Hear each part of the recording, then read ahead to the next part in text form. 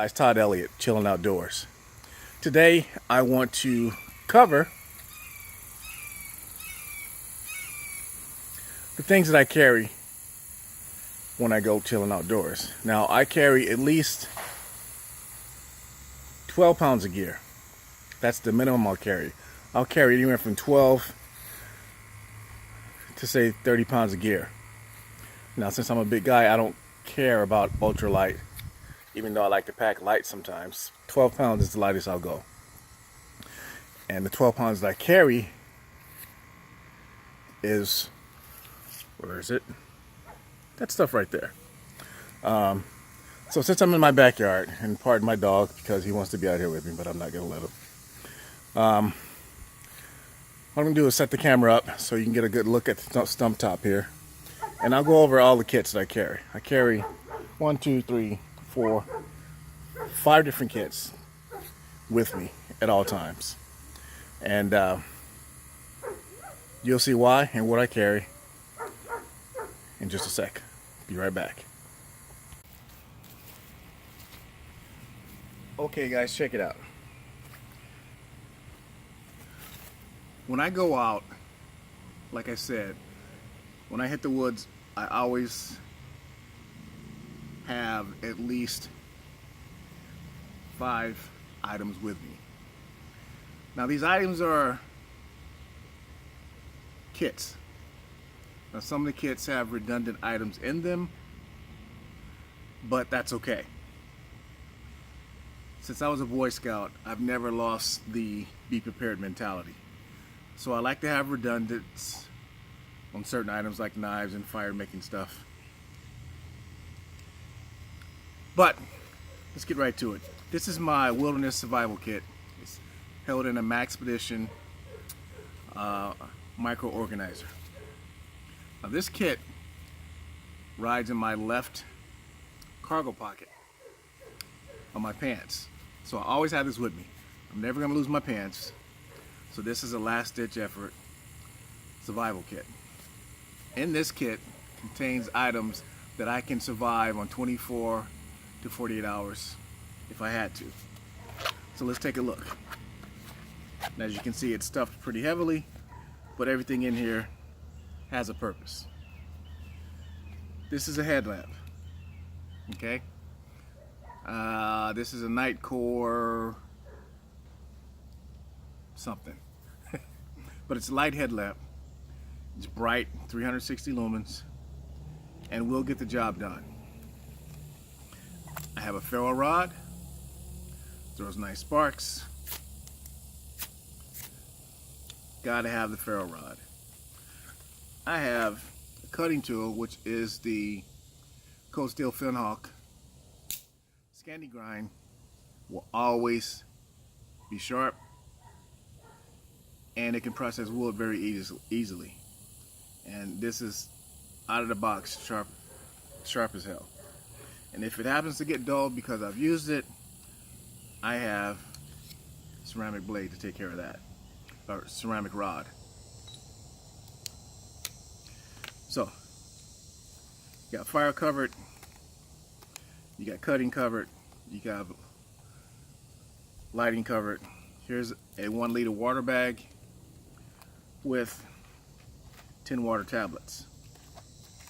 That's covered. Here's a fishing kit. 25 pounds of razor wire, 2 split shot sinkers, 2 hooks, and 2 safety pins. Fishing kit. I live in Florida and there's lakes everywhere, so I can find some fish if I got put in a position where I needed some food. Here I have 2 of these pouches. Both of these pouches contain 15 feet of number 36 bank line. It has a tensile strength, I think, of 200 pounds. Perfect for ridge lines, tie outs, for shelters. I'll never have a problem with setting up shelters. So you got that going on.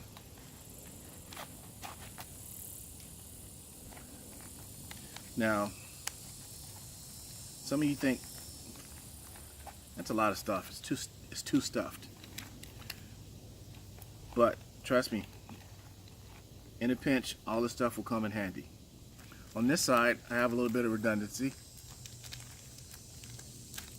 It's my son over there making faces. This is fat rope strands. 10 fat rope strands. Basically, fat rope is a type of rope has some accelerant in it, and you can separate the fibers and make a little tinder bundle. And you can hit it with the ferro rod. It's going to light up and just stay lit for about a minute so I can have fire. And worst case scenario, store matches. Now, the thing that takes up most of this pouch is my shelter system. This is a SOL heat sheet. Inside that I have 2 feet of Gorilla Tape. So what I do is tear off strands of Gorilla Tape, make loops on the corners of the tarp, cut some stakes, boom, I got a shelter in 5 minutes. If I got to get out of the rain real quick, if I got to spend the night, I don't really like sleeping on the ground, but if I had to, I could. So this is a very well thought out, expensive but well thought out kit. This kit cost me to put together about 200 bucks. But I tell you, if I'm going to be stuck somewhere and I need to rely on equipment, I don't want substandard stuff. That's why buy once, cry once. Get good stuff so you know when you're going to be in a pinch, you're going to be taken care of. Kit number 1. Kit number 2, first aid kit. This is the Adventure Medical First Aid 1.0.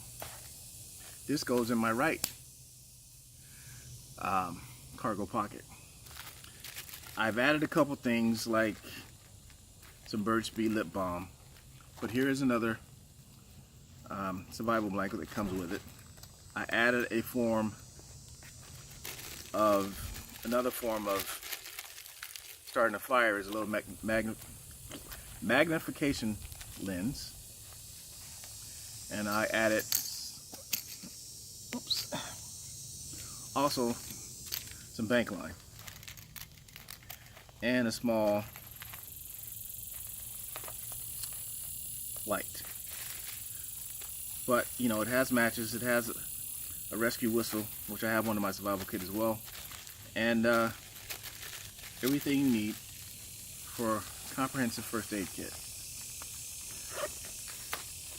Never go to the woods without a first aid kit, because you never know when you're going to get injured and going to need help.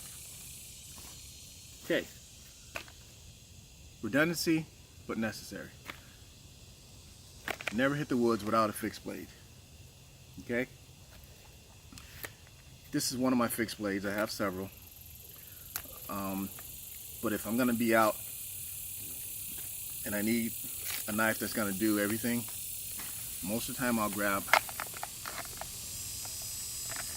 this knife, which is my SE5. This knife is literally 1 pound of sheer toughness. I can baton with this knife, because look at that spine. This is a thick piece of steel. This can take a beating. It can do light chopping, and it still stays razor sharp. But I love this knife. Now this is a kit only because I've added to the pouch. Okay, Mr. Hawk. I've added to the pouch some things. On this side, I have a Sunto button compass. And in here, more cordage, another 15 feet. But I also have a means to get water. Some purification tablets, another ferro rod, a light, and of course a whistle. So if I lost my pants, which is probably not going to happen, but just if I did, at least I would have my knife. And if I didn't have my my survival kit and I just had my knife, I'd still have enough to keep myself safe and be okay. So, knife kit.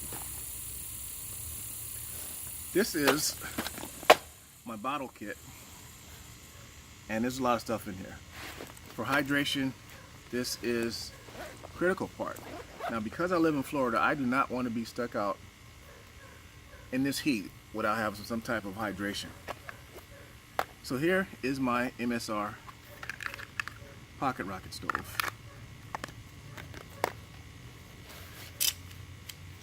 A few metal stakes.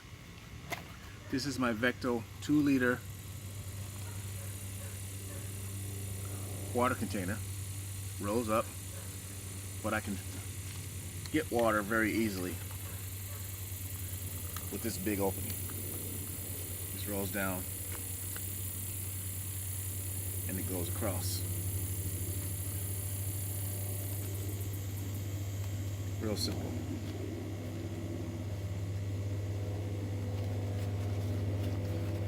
But this marries with my Sawyer water filter. I happen to have a plunger so that I can flush my filter. I have another ferro rod in here and my my Exotech fire sleeve that covers my big lighter. Into fire, we're good to go. So that's in the front pouch.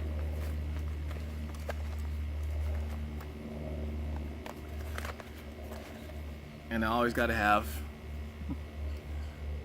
this little silicone hot lips. This goes on my lid, on my cup, so don't burn my lid. Because in a pinch, you need to sterilize some water. You always can boil it, but you don't want to drink boiling hot water. You'll burn your lips. Come on, sit down.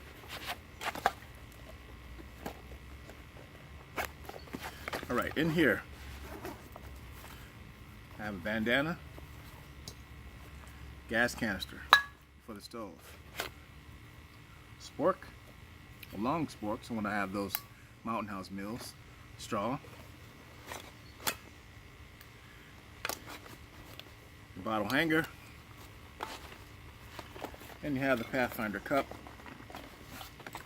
metal canteen cup. I'm not going to take it out, but it's a 32-ounce metal canteen bottle and a cup that is nested in.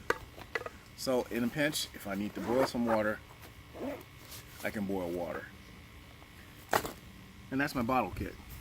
And last but not least, which I'm not going to take out, but this houses my shelter kit.